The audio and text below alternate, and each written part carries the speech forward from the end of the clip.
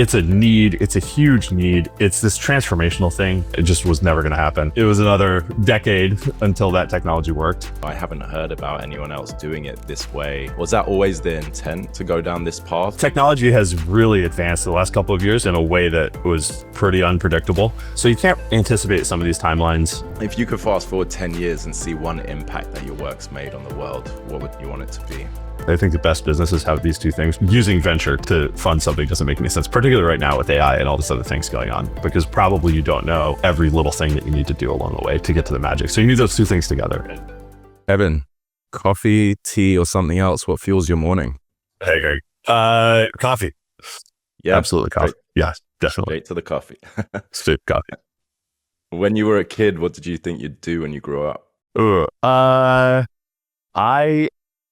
spent a lot of time in the physics lab. My dad was a physics professor, and so we made a lot of things.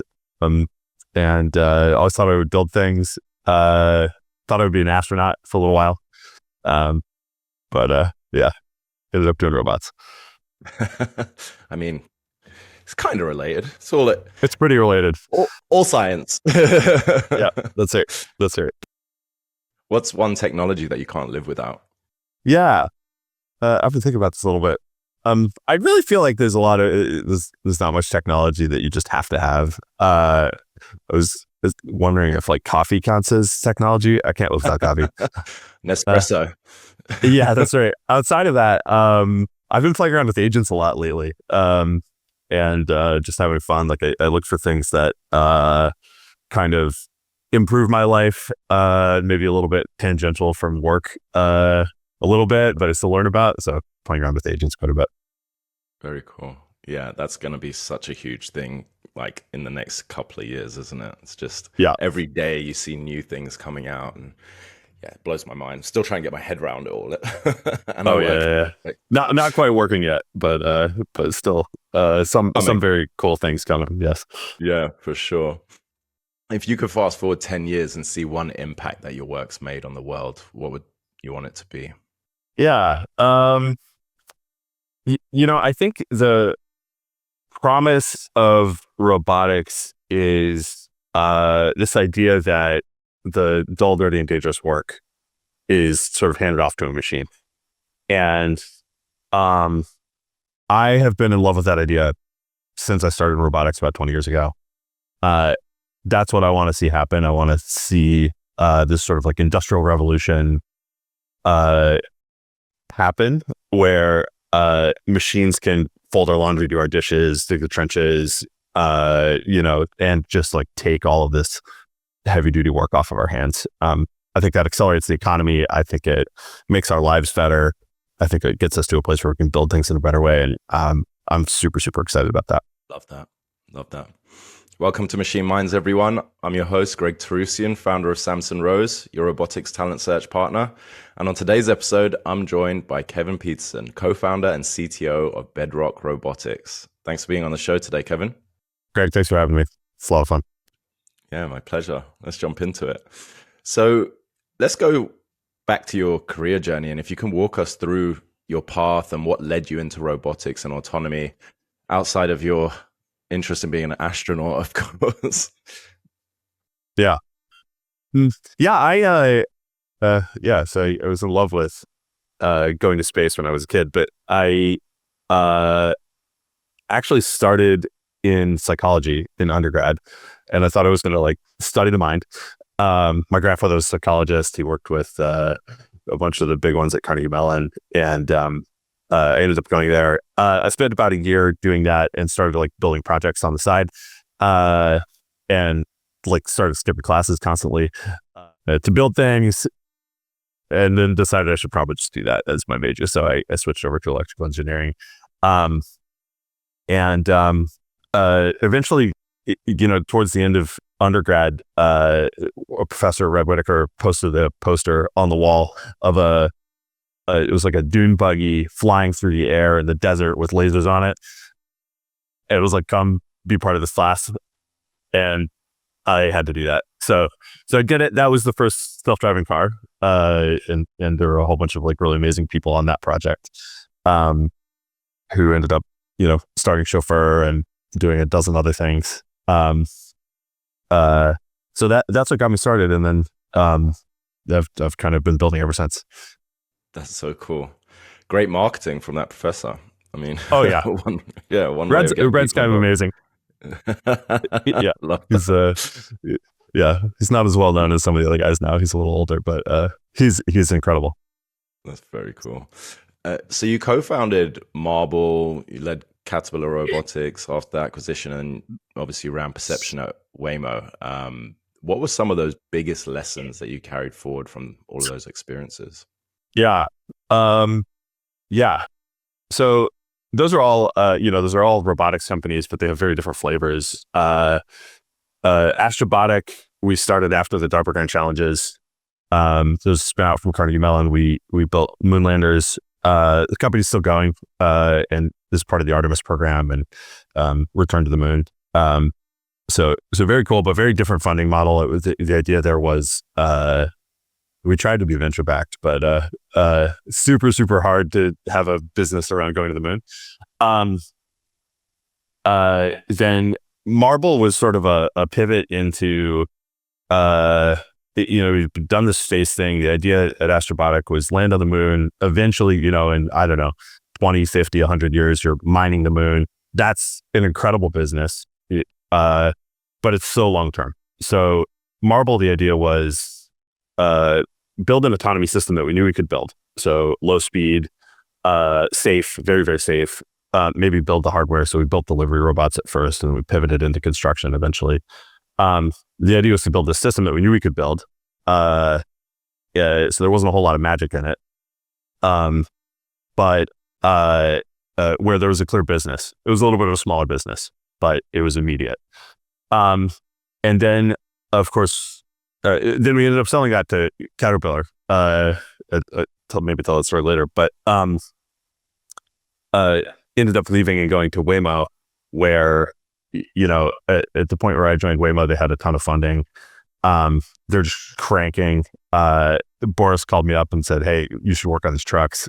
And driving trucks on the freeway is it was at the time, getting cars on the freeway was like the thing. Really doing it safely. And so if you look at Waymo, they do it really, really safely, and they do it really, really well. So doing those together is really, really hard. It's this like penultimate challenge in robotics.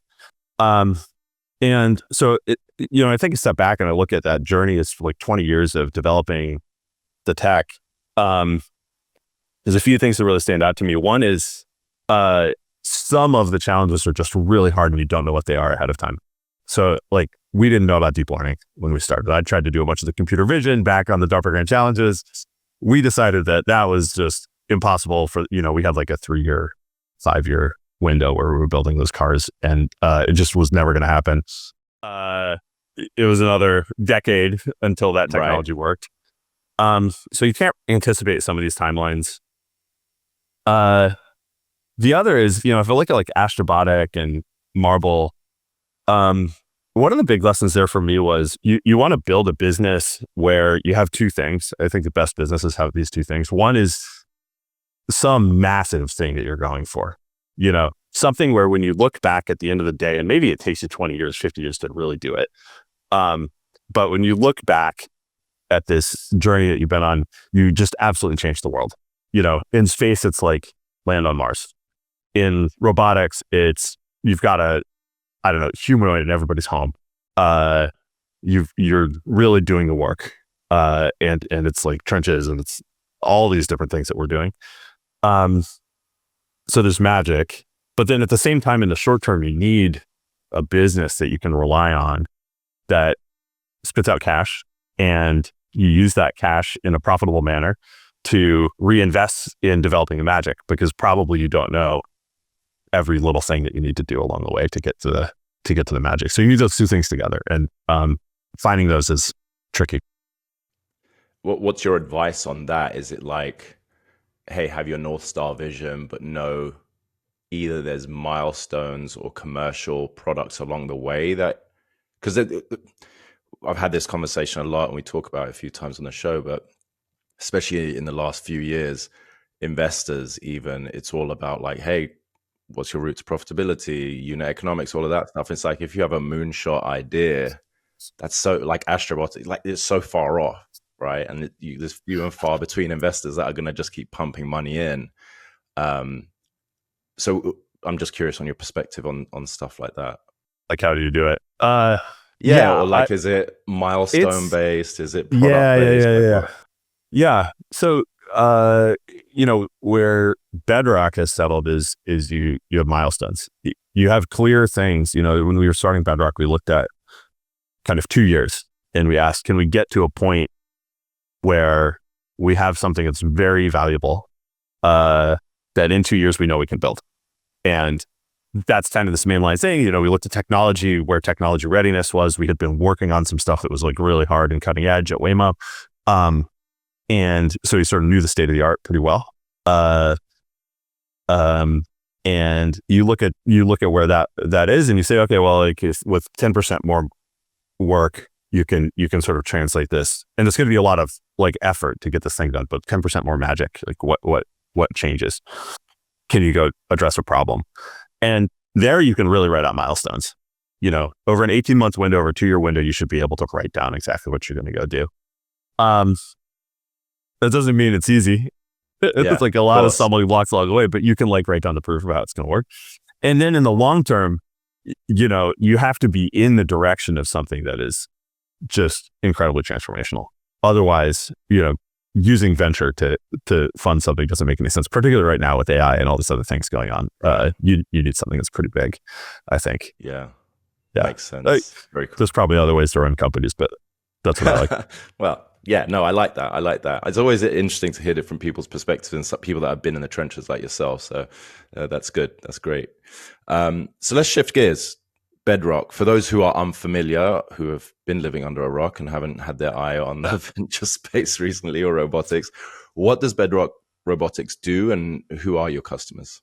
Yeah. So Bedrock Robotics is, we're focused on automating heavy machinery. And there's just, like I was talking about, there's a long-term and a short-term to that. The initial area that we're looking at is construction and excavation, in particular, heavy, mass X jobs where you're moving a lot of dirt. And there's a fair bit of repetition. We're working on projects where you see, the big projects that have serious timelines associated with them. So things like data centers, building out the power for the grid, housing, where you want to go fast, you want to build a lot of things. It's a massive industry. And then of course, the thesis that we have is if you can kind of automate those jobs or automate that work, you can apply those same technologies across many different heavy machines, and then build that out to other spaces. So things like logistics and manufacturing and areas like those. Makes sense.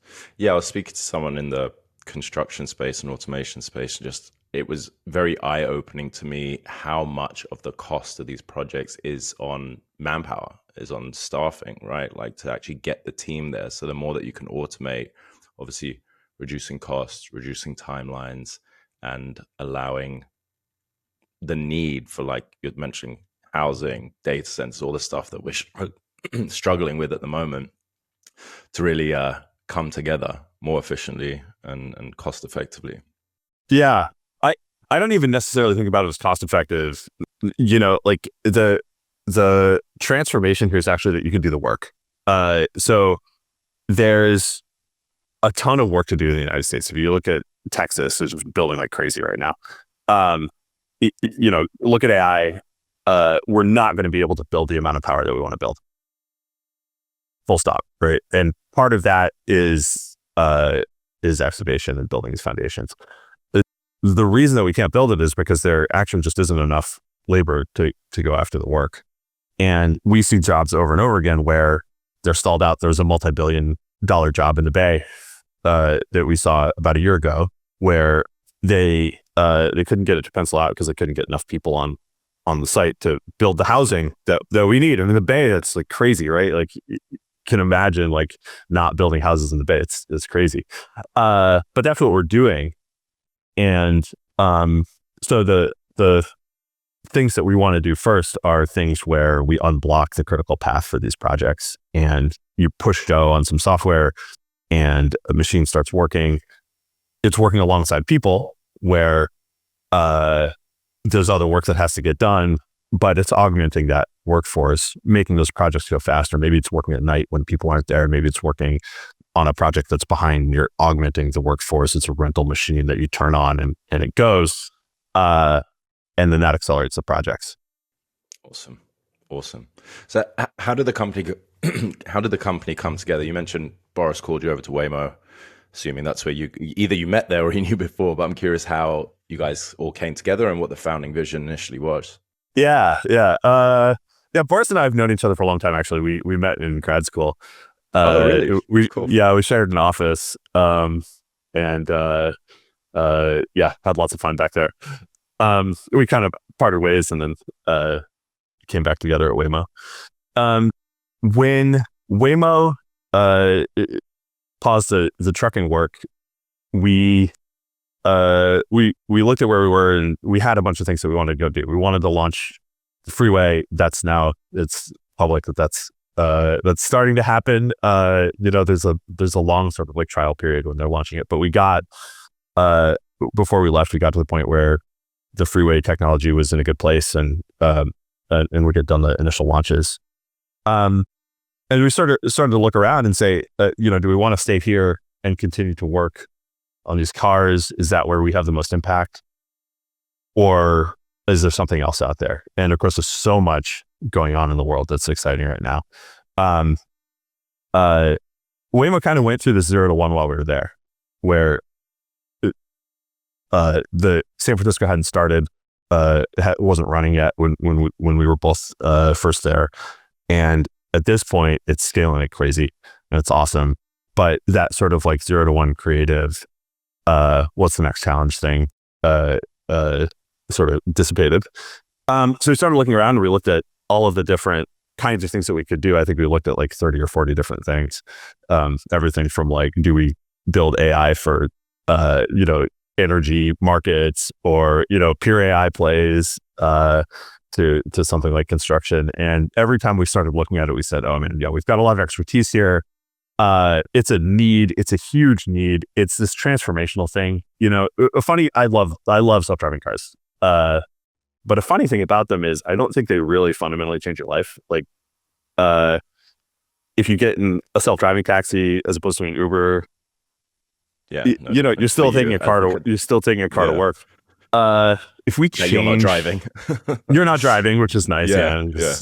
No, but I mean, if you get an Uber or a self-driving car, it's same thing for the user, right? It's like, doesn't matter if there's a driver behind it or not. I guess the safety element, but yeah. I mean, safety is huge. I mean, it's going to save a ton of lives, and it really is a wonderful product. But if you look at things like construction, or really doing work in the world where we're, really the promise is, let's really do work in the world. Let's build things. Let's move away from just organization and efficiency to let's build net new things. That's going to transform the world. And so we started to look around. We said, man, that's really exciting. And there's a huge need here. Love that. Why did you go for retrofitting existing heavy equipment instead of, building the full stack or new equipment? Yeah, a number of reasons. First, you can. So in the car world, a lot of people have had this story that you could do that with cars, and it doesn't really work there because the cars are not fundamentally safe. You've got a steering column, and if that steering column breaks, or if your hydraulics on your brakes fail, your car's out of control. And so cars had to be rebuilt basically to support autonomy, particularly at high speeds. And so you really couldn't do it without either building a car yourself, which somebody's tried, including Google, or building a pretty heavy duty program with the car companies, with the OEMs. Here, that's not the case. The machines are moving more slowly. Of course, there's a huge safety factor that we have to care about, and we do care a ton about. So we care about the safety, but the machines themselves are already digitally controllable in a lot of the dimensions. And so you can plug into them and go. From a business point of view, it's a huge advantage. If you can come in and you can kind of retrofit the fleet that's already out there, it means that you've got this giant pool of machines that you can start working on right away. And so, I worked on autonomous mine trucks, driverless mine trucks back in 2010. We launched those out of a self-driving car work. And it took another decade until they started to take off, because the trucks themselves take 10 years to start to fail, and parts get replaced over time. And now you have to go back and refresh that whole fleet to do the work. So retrofit's awesome. It's great from a product point of view. It's great for our customers. Their costs are low, and then from a growth point of view, it's going to be awesome. Love that. So are you basically going to customers that already have a fleet and just saying, hey, we're going to do this on one or two of them initially, test them out, you see how that works? Or are you buying your own equipment, retrofitting those, and then putting those out in the field? We do a mix. The vision is that pretty quickly we're going to get to a point where we're retrofitting customer machines, turning them on and going. Initially, for when the software is in beta, you want to make sure that machine is vetted. There's some liability issues there. So we for the first handful we'll buy those machines and put them on customer sites. And initially we're going to have a safety driver in them. That's going to change pretty quickly. That's already changing. But those are our people too initially. And then sometime next year we're going to start transitioning away from that model. So pretty quick. Exciting. Yeah. What are some of the first use cases or tasks that you're automating? Yeah. We're looking at foundation builds a lot right now. So anywhere where there's a ton of heavy earthwork, you're moving a lot of dirt. It's fairly repetitive, and there's excavation happening. Those are the tasks that we're starting with. We're focused on tasks where we can make things go faster. So data centers are a good example of that. Big roads are a good example of that, where they have trenches. One of these roads that we're working on is a trench that's it's like 1.5 miles long, 30 feet deep, and it takes months to build. And they're just cranking through this dirt. Those are great starting points. And there's kind of a power law of the work where there's a smaller volume of these very repetitive things. And then kind of the interesting thing about the technology is over time, you have to get into much more dexterous work. You're doing demolition, for instance, with a jackhammer at the end of the excavator tip, and it's blowing up the concrete, or it's got a claw. It's got this, gripper thing that they pick up rebar, and there's a big piece of concrete at the end of it. They shake it until the concrete explodes, right? It's like super dexterous work. It's fun. That's so cool. Yeah. Are you going out to a lot of these sites yourself? Do you get to see I've been to a ton of sites. Yeah. Love that. Yeah. Okay, That's cool. one of the things I love the most about this work, actually. Get to go out and see. Yeah. That's so cool. Yeah. Can you talk more about Bedrock Operator, the software platform, and how does that how do you work to plan and execute tasks within that? Yeah. So one of the really interesting kind of new pieces of this kind of work is you have to be able to tell the machine what to do. And so, there are a mix of inputs coming in. For a big road, for instance, you might have very detailed CAD. You want to get down to centimeter accurate or better, actually, in some cases, ground level. So you're excavating down, maybe you're filling back in and compacting up to a certain level. That's very, very precise work. And that might be detailed in CAD. The final shape is detailed in CAD. Then there are parts of the job where, they're out working in a field, they're digging a foundation, there's a big rock, there's a tree, there's something there that isn't in the drawings, and you have to deal with it. And so, what people do in the field is, they might spray paint on the ground. They say, okay, I have a drainage ditch that I need to dig. It needs to go around this big tree. I don't want to dig up the tree. So spray paint on the ground, and they walk over to the excavator, they talk to the operator, and they say, hey, dig 3 feet down along this orange line. And so we need to be able to kind of deal with all of those inputs. And then there's a bunch of machines working together, so you have to manage those as well. So the idea is to build 2 things. One is the operator itself, which sits on the machine and retrofits those machines and does the work. And then an operating system that sits around it that lets you communicate through CAD, through kind of a fleet view. Think of it like StarCraft, but a bunch of machines doing work. You can natural language. You should be able to talk to it. You should be able to type to it and tell it what to do. And so those two things together is software is sort of cloud and in the field interface, and then the machine, the hardware itself that sits on the machine. Very cool. Do you think it will get to a point where in natural language you can actually talk to the machine to tell it what to do, or is it all going to be in an interface where you have to type? I think we should be able to talk to it. Yeah. I've been playing around with like vibe coding and things like that. It's underspecified, people know all this stuff. They have all this context in their head, and you have to give the context to whatever you're doing. In this case, to the machine. And so it needs to know, this is the job that I'm on. This is the work that I'm doing. These are the plans. This is, I should dig this trench to the left, not to the right, because to the right is a boiler that's going to go there in the future. And so like all of that detail needs to be in there. Once you have that context, I think you can go up to it and make small changes, verbally, just like you would in the field, but you have to feed all that context in. So yes, I think you talk to it. And also you need to give it the plan. I was going to ask you a silly question now after everything that you're explaining about what makes your approach unique compared to other players in off-road autonomy. And I think just by like what you're sharing, it's pretty clear. I haven't heard about anyone else doing it this way.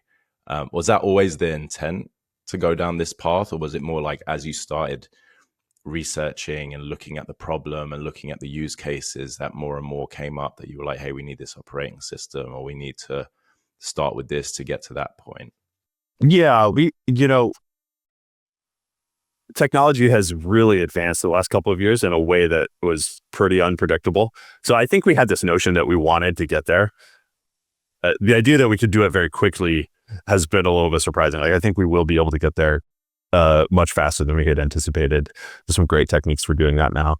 So the vision was there. The question of like when, the initial thing that we thought we would do is detailed CAD. You work to detailed CAD, and that's very precise. It's very well defined, and you get the job done that way. This idea of really being able to talk to the machine and doing things in a very facile way it was in the dream, but I think it's going to be in the reality pretty soon. Yeah. Well, what, in your opinion, are the biggest technical challenges in making machines truly operatorless? Yeah. Safety, of course, is the difference between something that's truly autonomous and something where you have to babysit it. You have to pay attention to it all the time. You have to fence it off, right? And safety, safety in a lot of ways is not a machine learning problem. It's easy to talk about these like cool things that are happening with LLMs and stuff like that. Safety is really about looking at all the potential things that can go wrong and proving to yourself that you have solved those problems through testing, through architecture, through rigorous statistical analysis, and a lot of simulation that goes into that. And it's a little bit orthogonal. It's like, why was it that Waymo was able to launch so much ahead of everybody else? They focus on safety. You compare to the other companies in the space, the ones that are still standing even, did not focus on safety as much. Maybe they built a vehicle, maybe they focused on an L3, L2 system that like really helped the driver. It's a great product, but when it goes to lane change, every once in a while it does that poorly, and over 1 million miles, that's a problem.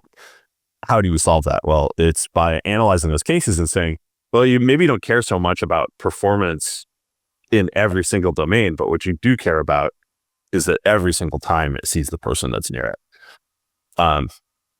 So that's really the unlock. Yeah. Do you think, I mean, there's obviously the school of thought, or the perspective, should I say, not school of thought, but on-road safety with all the other variables of other drivers and pedestrians and all of that stuff has its own complexity. And then construction sites, obviously it's private land and all that stuff, but it's a completely unpredictable environment as well. If you're digging up the floor, there's stuff there that you might not know, or other machines that malfunction, people. Like, how do you actually tackle safety and reliability when it's so messy and unpredictable, and weather, all these other things, like factors that you probably don't have to think about on a regular basis? Yeah, so I think, the self-driving and construction really are pretty different problems. Like in self-driving, you can't stop. You really can't stop. You're driving through the Tenderloin in San Francisco. There's somebody 4 inches away from you. If you stop, the fire truck behind you has a problem. Maybe you never go again because that person stays 4 inches away from you, and you're stuck forever. On the other hand, if you drive forward, maybe that's unsafe. And so there's a very, very delicate balance there. Here you can be much more deliberate about safety. People are trained today when an excavator is operating. If somebody is like really close to the machine, the operator stops, they radio to each other, they do things like that. So you still have to account for it, but this like very large scale simulation that self-driving cars do to understand their safety is less important. We can do it with a more traditional V&V style approach where you write down requirements and you say, okay, I have to stop in this condition. Can I stop? What does that look like? And we basically build out a big proof of whether the system's going to work. So that's a little bit of how we go after it. Makes sense. You mentioned like data center projects and big things like that. I guess you could categorize them as mega projects, like some of the stuff that we're hearing about in the press. Do you see in the future, or even now, demand coming just from those kinds of projects, or do you think smaller contractors will this would appeal to them or have the use for their projects as well? Yeah, absolutely. I mean, we see smaller contractors. I mean, a lot of these guys are doing a ton of work. Volumes there. yeah, you got a couple $100 million year revenue contractor. They're like building the biggest highways in the US. It's wild. We've mostly worked with kind of mid-tier, in terms of scale, kind of like mid-tier GCs, because they make decisions quickly. Everybody loves what we're doing. But you can get in quickly with those folks, and you find a single person who is in love with the vision, aligns with what you want to do. In the short term, we don't need a ton of machines operating. We don't need 1 million machines working, so we don't need to hit everybody. In the long term, of course, we want to be there, but short term, it's a smaller pool, and so a handful of really, really, really well aligned customers. It's what we're going for. Awesome. All right, let's shift gears, because hiring is obviously hugely important for a project like this and just team in general. And it's where I spend my days, right? I'm curious what makes for a great engineer or even just general team member at Bedrock. Yeah. So, robotic systems are complex, and that complexity turns into a very wide set of skills. I think right now we have 30 job openings, or we did a couple of weeks ago. We closed a couple, but on or around there, and we're growing pretty quickly. So those different openings all have fairly different skills. We're looking for a few things sort of across the board. first of all, is just technical excellence or operational excellence if it's in the operations domain. Um, uh, we want people who are like super rigorous. I guess that's pretty obvious. I think most companies will say that, but we really keep a high bar. The people on the team are from the best self-driving companies in the world, from Caterpillar, from we've got some amazing people from Uber, and we've been able to build just a phenomenally talented team. And so, one thing that comes with that is when you join a really phenomenally talented team, and you've been the best person at the company, that can be a bit of a hit. So we're looking for people who are willing to put their heads down, not really looking for titles, but really looking to get the work done, and looking to sprint super hard. I talked about that like 2-year timeline. We're very serious about our milestones.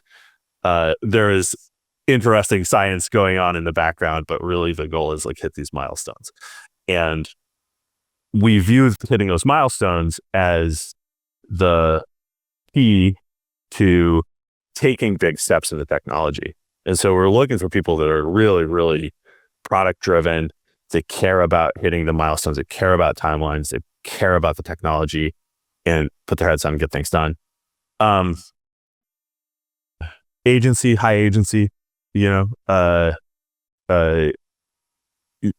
people who are going to jump in, take ownership of things that maybe they didn't think they wanted to own in the past, but things just need to get done. So you sit down and do them. Yeah. It's that real hardcore startup mentality, I think, but coupled with the commercial, I don't want to say acumen, but you've got like the milestones there, you've got the deadlines, you've got the product that needs to ship. Like having that hat on is key. This isn't just a R&D research kind of focus. It's like, hey, we need to get this stuff out in the field, having an impact soon, instead of just tinkering to get something cool. Yeah, I guess that's true. And really, sort of having a bit of a product mindset, even in engineering, we found that to be really beneficial. We have an amazing product team. Just to be clear, we do have product managers and program managers, stuff like that, and we're hiring in those areas as well. But we've got a lot of engineers, and all of them think about the product every single day. I guess another thing here is, we view the path to that magic, huge thing as going through a very pragmatic set of launches, where we're gonna walk our way up to doing this like massive amount of work in the world. It's going to be incredible. We're starting with, dig a spoonful of dirt and put it in a truck. And so the science and the magic happens through these milestones. So being really excited about that, and being really excited about like really getting a product out now so that you can do this big thing in the future, is really important. Yeah, that's awesome. Yeah, I think, well, firstly, I want to double click on something because you mentioned project managers and program managers. How big's the team now? We're just north of 50. Can you share more about your perspective? Because that's obviously an intentional hire, those kind of hires. And you see tons of startups that go like the full on just engineering route. After a while, they're going to think about like, hey, we need some sales and all of that stuff and marketing and everything. We just all focus on product, but they don't have product people. Or PMO is like a complete afterthought. What was the intention there with bringing product managers or program managers in earlier? Your perspective on that. Yeah. So on the program side, we've got pretty serious hardware timelines. We're rolling out hardware to customers. We're working on compute that enables the software to run in the field. And those kinds of things, like you don't want to be, it's not like a software project where you can kind of run at it and build, and then eventually you land your castle. You need to be milestone driven And so programs really supporting that, and then tying back these sort of like milestone deliverables into the tech. We found that to be very important. We had initially thought that we probably, program would come later, but we found that it was very helpful. On the product side, again, kind of the interesting part of this work, one of the big interesting pieces is you need to figure out what things you're going to build that immediately bring you value. And so like in AV, the goal is to launch all of San Francisco, and that's the problem. And then you got to go and you got to figure out how to drive. Here, we have the advantage of being able to say, well, a factory build in the middle of a field is pretty doable. And, doing work in the middle of the road in a big city and digging up the pipes in front of your house, that's pretty hard. There's people moving around you. And there's a big gradient between the easy to address work and that harder to address work. And the question that the product managers are asking are two things. One, what does that volume look like? Like how much work is there in the foundation build, in the data center? How big is that really? How fast is it moving? And then what is the technology that we have to build to go after it? What are the different pieces? What do these puzzle pieces look like? What are the behaviors that need to come online?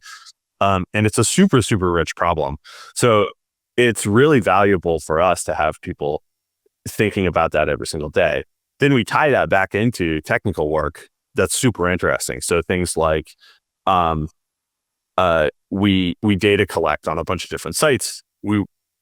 Our human brains want to like cluster all of the different things that are happening. The way we build software for these machines is to say, okay, we've got a bunch of behaviors that need to come online. What do those behaviors look like? And, if we were to sit down and like engineer a system, and the way we did it for many, many years was to say, okay, I've got behavior A, behavior B, behavior C. I'm going to build all those behaviors out. I'm going to build them by hand. Now we're machine learning those behaviors. And so we do data collection, and we want to cluster on what those behaviors are. We want to see the system learn it, and then we want to vet it. And that's a semi-automatic process. Like things just come out of this learning system organically, which is really, really cool to see. But you still want to be able to tell a customer, I turned on the ability to dig the trench 3 feet deep. I want to think about what that user interface looks like and how do I communicate it, right? And so it's like a super interesting nuanced problem, and thinking about both the product and the tech together is important. Love that. I'm curious about the culture you guys are building there, because you mentioned about all the attributes people need to have and things like that, and it sounds like obviously the product focus, etc. I was introduced to Boris, I think when you guys were first thinking about this idea by one of your VCs a while ago, and obviously you guys were in stealth, so you've tapped your network, you've done all of that, you know who you're hiring, no one knows what it is, you can't really share too much, so you've got like this tight knit. Then it seems like the funnel completely open when you guys came out of stealth. Big launch, big announcements, huge funding. You mentioned 30 plus roles posted, so you must be inundated with interest and candidates. And I mean, I've been there on the internal side, so I've seen it. Like when you've got a great brand and a great team, it's overwhelming from the internal side, right? How do we deal with all of this? Two things. One, how are you still vetting for and keeping like a great filter for talent and culture throughout that? And two, how are you managing, like, with a lean team, the volume of hiring that you need to do? Yeah. It's a great question. By the way, we got like 10,000 applicants through LinkedIn. I bet. In like 3 weeks or something. So Crazy. First off, if you reached out to me on LinkedIn, I apologize. That's what's going on. We're still very interested. How are we managing a culture? So, culture, I think, has kind of two dimensions. One is the how do you how do you build? Like, what are your engineering practices? Have you landed things in the past? And when we're looking at applicants, we're looking at accomplishment, particularly from more senior people. Like, what have they really done? What did they do versus a team around them? And do they have that agency? Can they push really hard? And we're looking for the stories that tell that. So very, very concrete, like, I built a thing, or I, convinced a big group of people to build a thing, and then we landed it, and it's like out there in the world, and like, yeah, it works, right? And of course, on the science side, that might be publications. On the engineering side, that's like product lands, and what have you really launched? Then on the culture side, we've spent a bunch of time all of us have spent a bunch of time in these like big companies where you get to a certain point in your career, and a lot of people are looking at the ladder. They're looking at the career ladder. They're looking at the title. They're looking at, how do I get to the next level? And that becomes the metric that you care about. Here, what we care about is the whole thing moves forward. It's, incentives are really aligned, and what we care about is the value growth of the company. And so we're looking for people who are really invested in that. I think on the sort of like cultural side, that turns into willingness to put your head down and do the work yourself. It turns into communication skills. There's kind of like a low ego thing that we're looking for. A lot of the people that we work with are super, super accomplished. So it's an interesting thing to look for. But like, people who want to join a really phenomenal team, talk about that in a particular way. They really they talk about the work. They talk about the people. We also just have a wonderful, wonderful group of people. They all care about each other. They're all working hard in the trenches, and one of the litmus tests is if you want to drink a beer with this person after work, even though you're spending the whole weekend grinding some launch out, that's a good sign. So, yeah. It's really interesting when you interview people. Like, obviously we do that a lot of the week, or reaching out to people and trying to organize interviews, get interest about roles. And you'd be surprised the amount of people that respond and be like, how much is it paying? Is it remote? And it's like, that is completely the wrong mindset for anyone that we hire, for any of our clients, right? If you're leading with money or title or flexibility of work, right? And then it's like a breath of fresh air when you speak to the right person. They're just like, look, I don't care about any of that stuff, really. I mean, obviously I need to earn living wage for the area, but like, I want to work with great people. I want to work on something interesting. I'm happy where I am. Everything's cool. But if there's a great challenge out there, that's really what I'd be looking for. And then you're like, okay, now let's talk, let's dig into this a little bit deeper. And I think from what you're saying, that's the first kind of hurdle, right? Absolutely. Yeah. I mean, I think, of course, this career trajectory matters a huge amount. Yeah. And you don't want to go backwards. Yeah. Yeah. And most people are going to spend, 4 or 5 years. We'd love to get people who spend 10, but, reality is most people spend 4 or 5 years. They grow a ton, and, hopefully contribute a huge amount to what they're doing in that period of time, and then move on to do something else. And so, we all want to grow.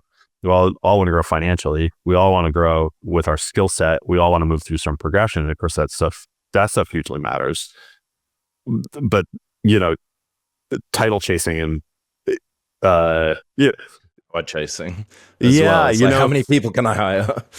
Yeah. Or you're sort of like metric hacking to get to the next level, in some ladder. Like, that's not what this is about. What we are doing is building something.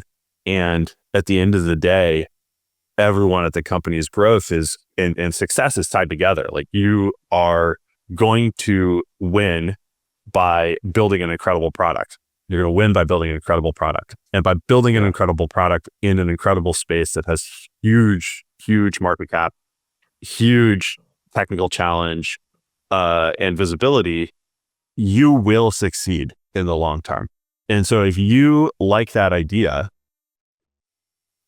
then you're going to join a team where you're not the best person in the room. You want to be around people who are better than you. And when you've been the best, that's hard to do. So yeah. Yeah.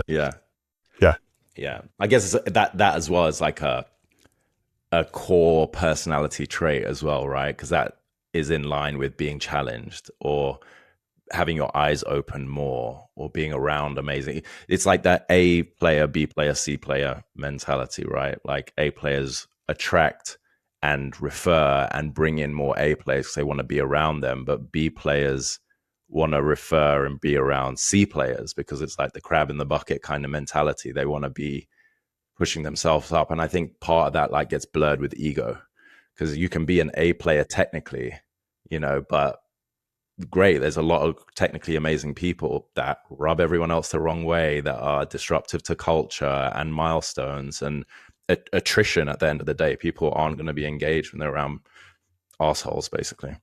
Yeah, well, I mean, the other thing is to think about your career in a 10-year or 20-year way, which is hard to do. We're all so focused on what's going to happen next year, what's going to happen in the next 2 years. But if I look back, at my career, for instance, it wasn't, some jump in title that changed my career. It was being on incredible projects and being around incredible people. And then I can't tell you the number of times I've looked back, and, called somebody up from 10 years ago, 20 years ago, and they've done something transformational for me. A bunch of the connections that we have in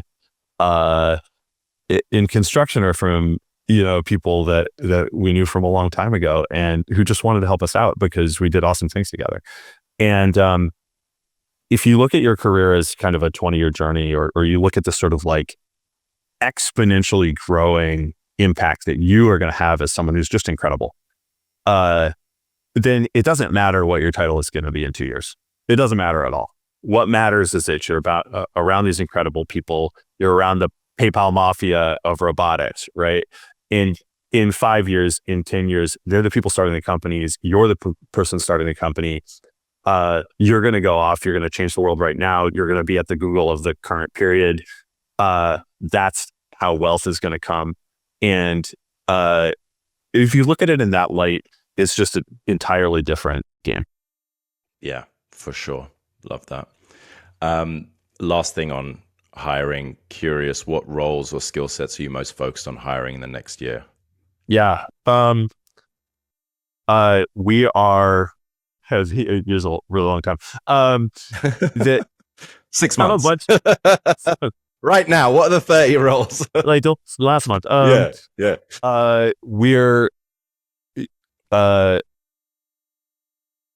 We're looking at Z&D and safety a lot. That's a key area that we care about a ton. We're going to hire a couple of like really, really good people there, people who think about safety, who think about requirements. Like I said before, that's really the unlock to being driverless. We are also hiring a ton in sort of like software and machine learning, applied machine learning in particular. So the way we build our models is through a combination of imitation learning and reinforcement learning. The core, nugget of that is a small group of people who are really good at machine learning. So behavior ML, if you've done, diffusion policies, things like that. And we look at a broad skill set there. Perception. So the safety side, is qualified in a more traditional way where we do detection really, really well. And we want a statistically capable system, where you have really good precision, really good recall. And then there's just a massive amount of infrastructure that goes into doing things well. So we care a ton about eval. We care a ton about building a simulator that represents the terrain. You're digging in the dirt, and one of the differences between us and all the other simulated things out there is you got to rip up the dirt. And we want to do that at like very, very large scale, and then use that to measure the performance of the system in concert with data that we're collecting in the field. And so data science, the statistical analysis, huge. Perfect. Okay. Last question, because I'm conscious of time and respect to yours. For the future of the space, if you could remove one bottleneck, technical, regulatory, cultural, whatever it would be, for transforming, like autonomy transforming the construction industry, what would that be? Yeah. There are not a lot of headwinds here, I have to say. I think the hard part is technical. I think it is, how do you talk to these machines?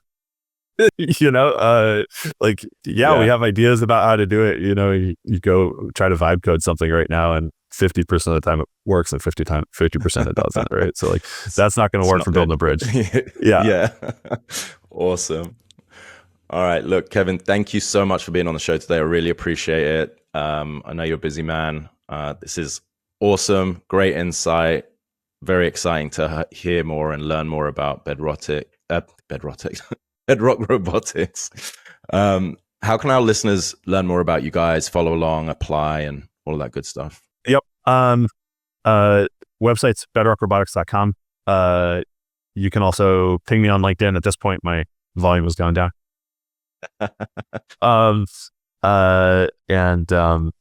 We've got a careers page on the website. We're on Twitter. We're on Instagram. So reach out. Amazing. Well, look, thanks again. Really appreciate it. And let's keep in touch. Absolutely. Greg, thank you so much. This has been a lot of fun. Thanks, Kevin.